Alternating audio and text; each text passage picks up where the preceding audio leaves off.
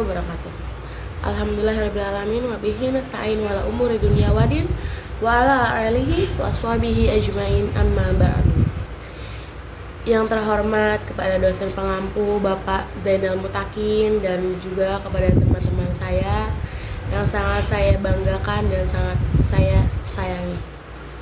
Puji syukur atas kehadiran Allah Subhanahu wa taala yang telah memberikan kesempatan pada kali ini untuk saya mempresentasikan apa sih tujuan dari ilmu tablik dan siapakah sasaran dari ilmu tablik tersebut. Yang pertama, apa sih pengertian dari tablik itu sendiri?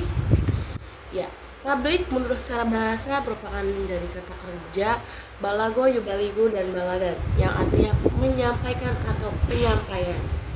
Dan secara menurut istilah adalah sebuah ajaran atau proses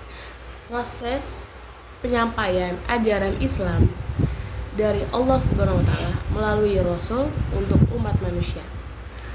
Ada pula ayat yang menjelaskan kalau tablik itu merupakan wajib hukumnya.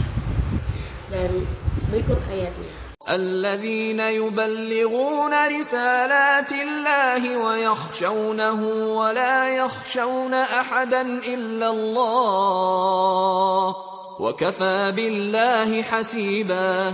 Baik, untuk selanjutnya, apa sih tujuan dari ilmu tablik tersebut? Ya, tujuan dari ilmu tablik ini ada 4. Yang pertama, mengembangkan pemahaman agama Islam. Yang kedua, memupuk keterampilan berdakwah. Yang ketiga, membangun sikap dan kepribadian yang islami. Yang keempat, mengajarkan etika dan toleransi. Apa sih yang dimaksud dari itu semua? Yang pertama, mengembangkan pemahaman agama Islam. Pembelajaran tablik kenapa memiliki tujuan tersebut? Karena untuk membekali umat manusia supaya bisa memahami secara mendalam tentang ajaran Islam dan mengamalkannya dan dilakukannya di kehidupan mereka sehari-hari. Yang kedua, memupuk keterampilan berdakwah. Memupuk keterampilan berdakwah ini bertujuan untuk melatih peserta dalam berdakwah dengan cara yang efektif dan menarik. Jadi bisa membuat para audiens, para mendengar itu bisa memahami apa yang ingin kita sampaikan. Karena kembali lagi dilihat dari pengertian tablik tersebut adalah tablik adalah menyampaikan atau penyampaian. Jadi kita sebagai seorang dai juga, sebagai seorang mubalik juga, kita harus cari tahu gimana cara yang menarik supaya para audiens ini bisa memahami materi yang akan kita sampaikan. Yang ketiga, membangun sikap dan kepribadian yang islami. Yang maksudnya adalah untuk supaya kita berfokus pada pembentukan karakter kepribadian masing-masing, sehingga kita mempunyai kepribadian yang mempunyai sikap yang sabar, sikap yang punya kejujuran, sikap yang bisa peduli terhadap umat manusia lainnya. Yang keempat yaitu mengajarkan etika dan toleransi. Tujuan ini mencakup pembelajaran tentang etika. Etika apa? Etika dalam berinteraksi dengan masyarakat umum. Termasuk toleransi juga.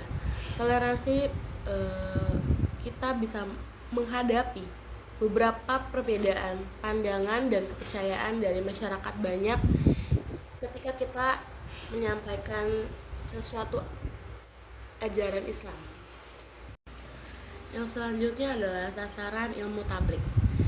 Sasaran tablik pada prinsipnya objek yang menjadi sasaran tablik tidak terlepas dari cara bagaimana kita memilih cara penyampaian materi tablik tersebut.